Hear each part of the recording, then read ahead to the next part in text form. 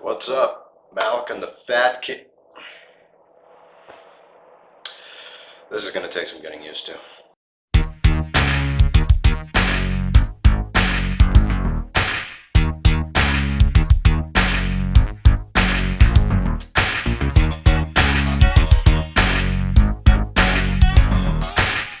Hi guys, sorry for taking so long to come back, but I'm here finally. Done with my move to North Carolina, and hopefully we can pick up right where we left off with the movie reviews. Now it's Halloween week, so you know what that means. You got horror movies coming out the eardrums. So I thought, what a better way to come back to look back at some of the newer horror films. Now I thought about maybe doing like Jason or Freddy or some of those, but truth be told, they've been done to death. So we're going to take a look at some of the more modern day stuff, and we'll see what all you kids are talking about as far as new horror films go.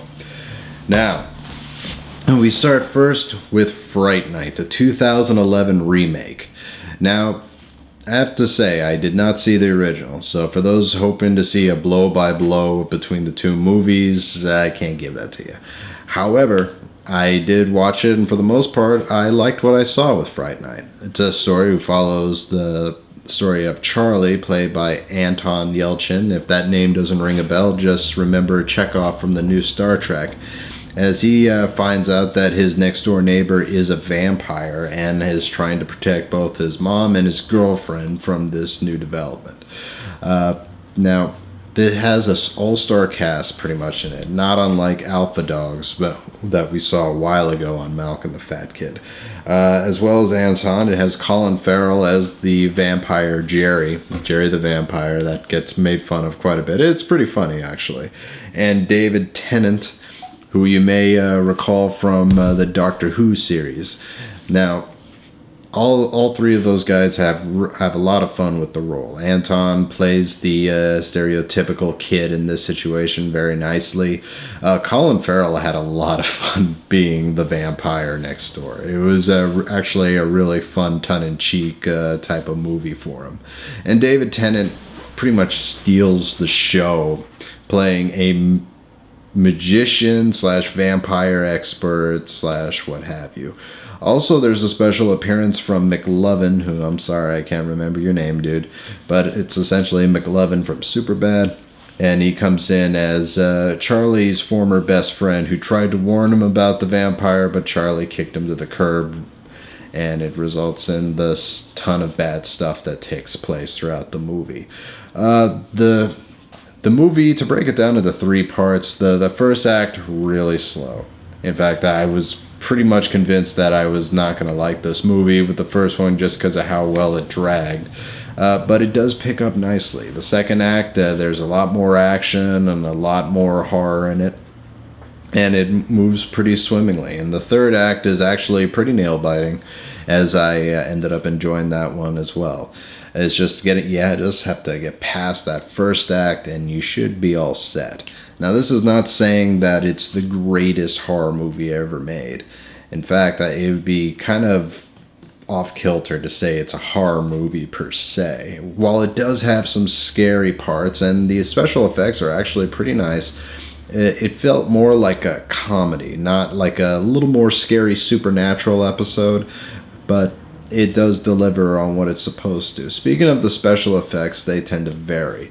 The creature effects, especially around the faces of the vampires, are actually pretty nice. I really enjoyed them.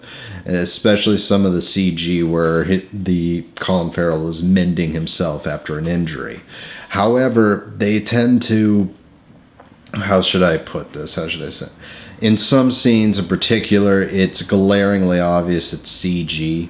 I don't mean like, oh, obviously you can tell it's CG. I mean like goofy 5 years ago CG, especially in car scenes. For whatever the reason, whenever they're driving in a car, you can tell it's so laughable that it's CG that it's kind of annoying. But other than that, the special effects works for the most part. They don't go overboard with it. They keep it just right. The real issue I had as far as special effects go over this movie is the 3D. The 3D, you can tell very much that this movie is a 3D movie as you watch it. There are several scenes where blood gets squirted directly into the camera, where the monsters will turn around and do a scary face right in front of you for extended periods of time. So I don't know if it hurts it not being in 3D if you're watching it, but it does the same effect. I mean, the blood wasn't that spectacular coming at you in 3D, so it works just fine. The only thing I could say about, I mean, it functions really well, but it's just, how to put that? I remember when I said that it's not really a horror movie. It's like it's searching for an identity throughout the movie, in which it's got a lot of comedy in it. It's got a lot of horror. It's got some thriller. It's got some heart-pounding stuff. So I can't walk away saying this was a spectacular horror movie. I will say they do some really clever stuff. They take a lot of the vampire lore, especially you can't enter without being invited, and they think up a lot of ways to work around it, which really is kind of funny. However, it didn't really scare me. I'm trying to review this in terms of it being a horror movie, but it was a fun flick, and watching the actors just have fun with this movie was really nice. However, it doesn't really stick with you afterwards. Watching it was an enjoyable experience. I had fun, but I think it'll be fine not coming back to it for a while. I would say go give it a Redbox. If you find it, rent it, enjoy it. It'll be a fun night for you.